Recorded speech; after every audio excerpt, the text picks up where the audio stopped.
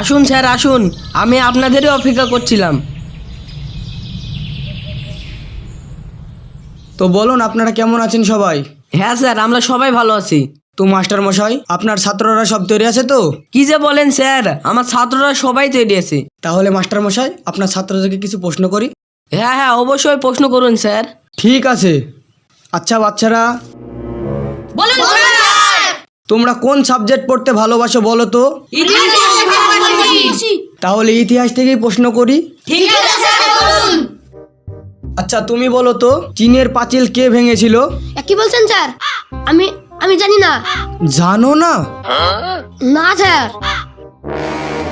আচ্ছা ঠিক আছে। আচ্ছা তুমি বলো তো। স্যার আমি বলতে পারবো না, কাল আমি নানির বাড়ি বেড়াতে গেছিলাম। আচ্ছা, নানির বাড়ি বেড়াতে গেছিলে তাই না?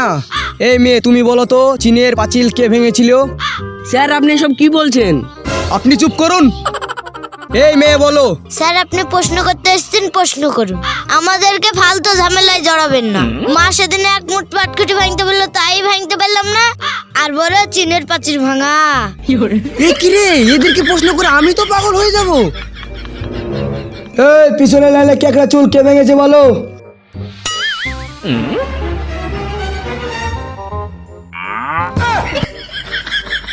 স্যার আমি ভাঙনি স্যার, আমি মামার বাড়ি থাকি স্যার।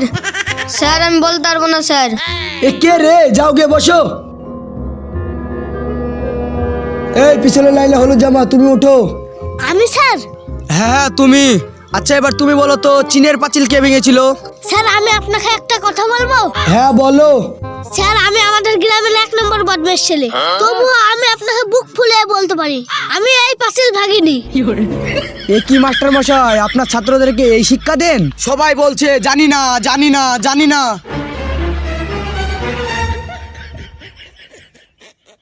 স্যার স্যার স্যার, কি হলো রাজ, এত নার্ভাস লাগছে কেন তোমাকে? স্যার এবার বোধহয় আমার সব ছাত্রকে জেলে যেতে হবে।